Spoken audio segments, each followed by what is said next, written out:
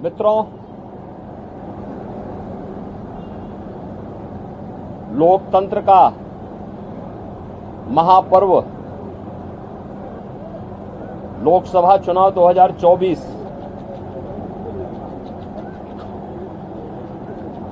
अंतिम चरण का चुनाव आज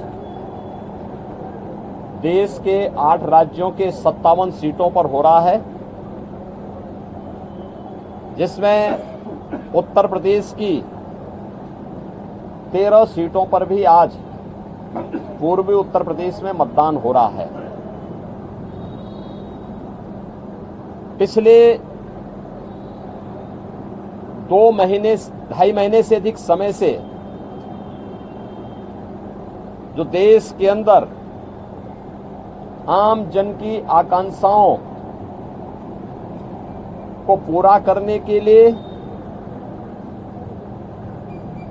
जनता जनार्दन की जो अपेक्षा थी, उसके अनुरूप विभिन्न राजनीतिक दलों ने जनता जनार्दन के सामने अपने अपने मुद्दे रखे, अपनी सरकारों के समय के कार्य और कारनामों को रखे। आज अंतिम चरण में 8 राज्यों के 57 सीटों पर मतदान हो रहा है।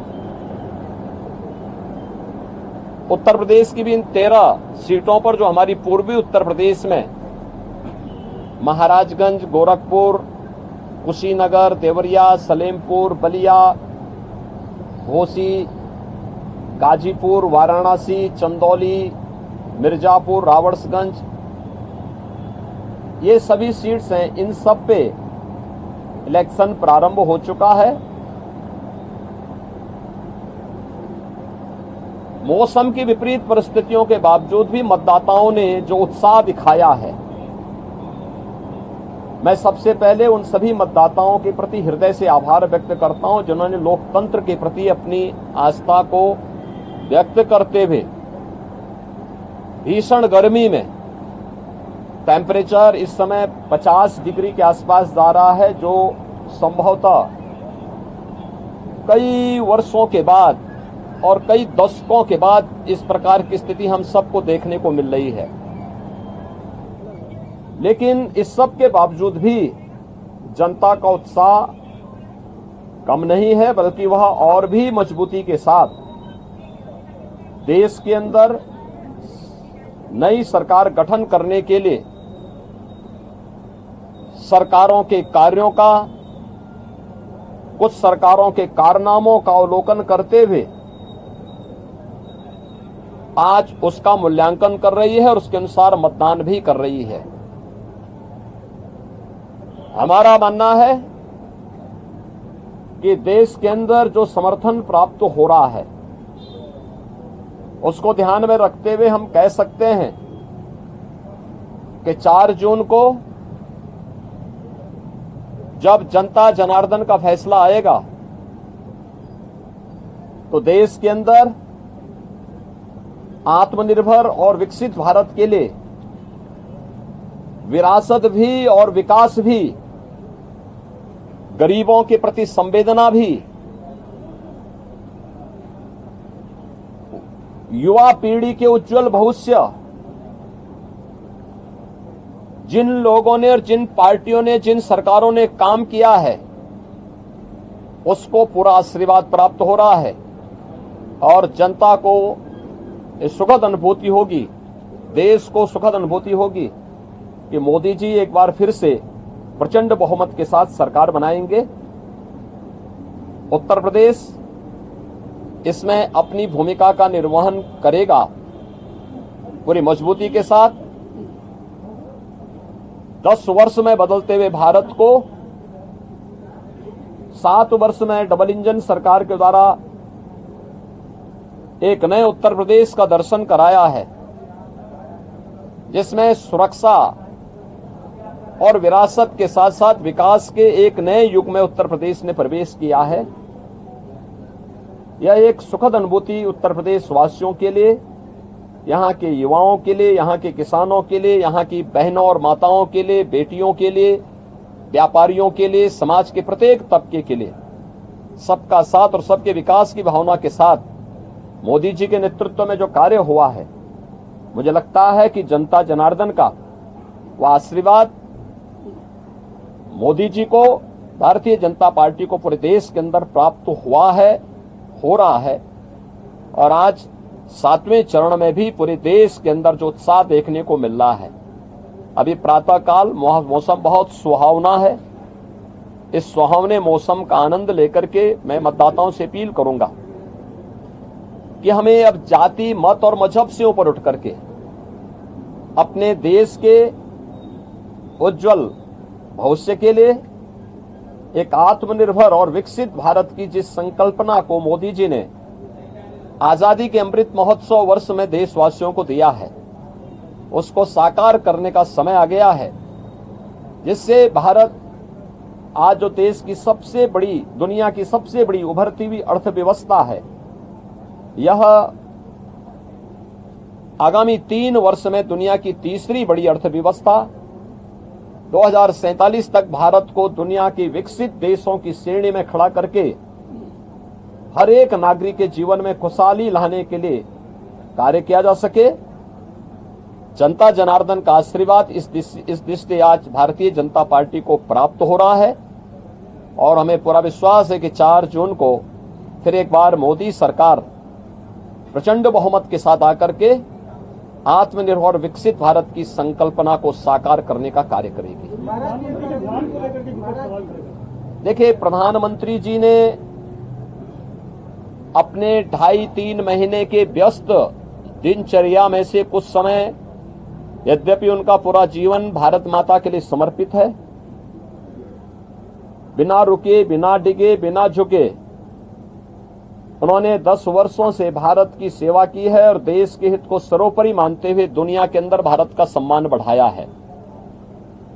मोदी जी की यह आराधना एक आध्यात्मिक आराधना, यह आध्यात्मिक आराधना राष्ट्र आराधना है। भारत माता के इस चरणों में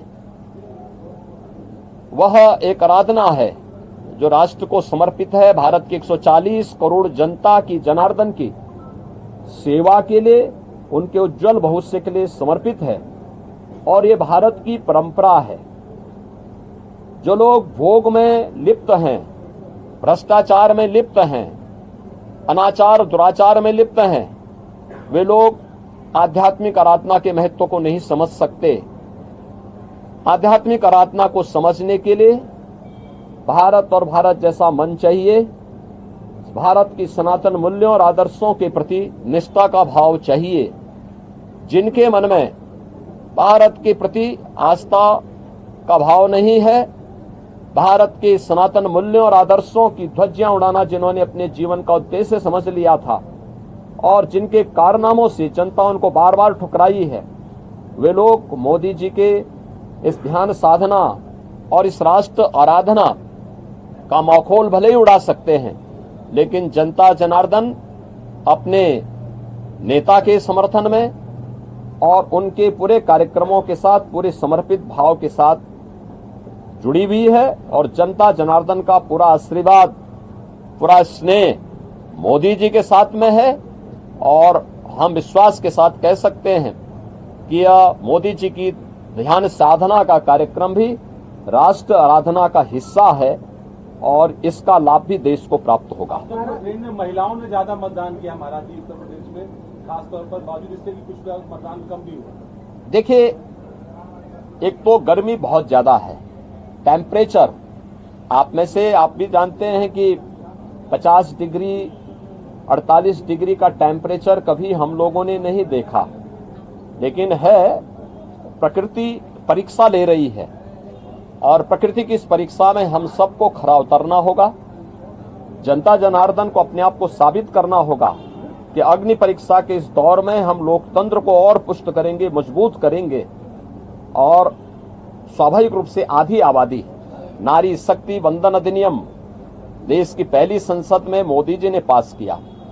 बेटी बचाओ बेटी पढ़ाओ और मातृवंदना योजना से लेकर के नारी शक्ति वंदन अधिनियम और बेटियों की सुरक्षा से लेकर के समृद्धि तक के जो कार्यक्रम चले हैं, आधी आबादी का पूरा आशीर्वाद मोदी जी के साथ में है और हम विश्वास के साथ कह सकते हैं कि ये जो मत प्रतिशत आधी आबादी का, महिलाओं का खासतौर पर बढ़ा है, यह 100% मोदी जी के पक्ष में गया है। महाराज जी को कुछ संदेश देंगे?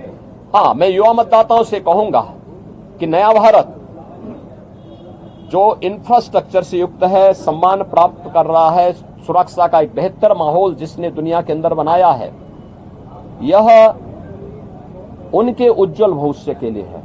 मोदी जी की इस परिकल्पना में उन्हें आगे आकर के बढ़ चढ़ करके भाग लेना चाहिए, लोकतंत्र को और मजबूत करना चाहिए। जो लोग अपनी हार से पस्त होकर के गुमराह करने का प्रयास कर रहे हैं, मुझे लगता है कि उनके बहकावे में न आए, मतदान करें। उज्जवल भविष्य के लिए, उज्जवल भारत, आत्मनिर्भर भारत में ही हम सबका भविष्य है, युवाओं का, अन्नदाता किसानों का, महिलाओं का, समाज के प्रत्येक व्यक्ति का। और मोदी जी ने तो 4 जातियां देश के अंदर कही। उन्होंने कहा देश के अंदर केवल 4 ही जाति है, उसमें से एक युवा है, एक महिला है, एक गरीब है, एक अन्नदाता है। इन 4 वर्ग को प्रतिनिधित्व करने के लिए मोदी जी ने देश के अंदर जो कार्य किए हैं उसको ध्यान में रखते हुए जनता जनार्दन उनको अपना पूरा आशीर्वाद दीजिए। धन्यवाद। INTI जो अलायंस है आज वो एक रिव्यू मीटिंग कर रहा है, रिजल्ट्स आने से पहले आज पूरे दल बैठेंगे और साझा बातचीत ये वे अंतिम बार बैठेंगे, क्योंकि 4 के बाद ये जितने दल हैं उतने उसमें फाड़ होने वाले हैं। दोनों एक दूसरे के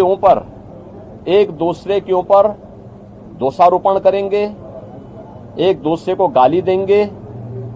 अच्छा है उससे पहले एक बार ठंडाई पी लें जिससे गाली गलोच कम हो। महाराज जी अखिलेश यादव ने ट्वीट किया है और कहा है कि वोटर जो है सतर्क रहे, धांधली का आरोप लगाया। देखिए, दोषारोपण किसी पे तो करना ही है। जिनको प्रदेश में 80 सीटों पर चुनाव लड़ने के लिए वोट जो है कैंडिडेट नहीं मिले,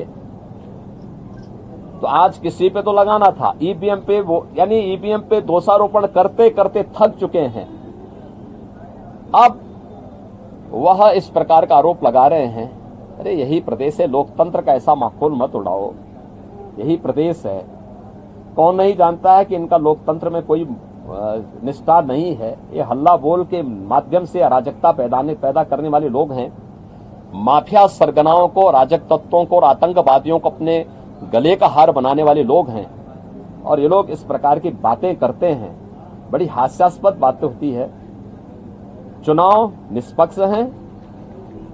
भारत निर्वाचन आयोग पूरी निष्पक्षता के साथ इलेक्शन करवा रहा है और इलेक्शन पूरी व्यवस्था भारत निर्वाचन आयोग के मार्गदर्शन और नेतृत्व में पूरे देश के अंदर चल रही है, प्रदेश में भी चल रही है। भारत निर्वाचन आयोग जहां पे कहीं भी कोई शिकायत मिलती है त्वरित एक्शन लेकर के कार्रवाई भी करती है। लेकिन समाजवादी पार्टी की चूंकि लोकतंत्र में निष्ठा नहीं है, बाबा साहब भीमराव अंबेडकर और उनके द्वारा बनाए गए संविधान का हमेशा इन्होंने अपमान किया है। दुर्दांत माफिया और आतंकवादियों को शागिर्द वाले लोग, इनसे लोकतंत्र की बात, इनके मुंह से ईमानदारी की बात, इनके मुंह से कोई कार्य शुचितापूर्ण तरीके से हो जाए, ये बहुत हास्यास्पद लगती है।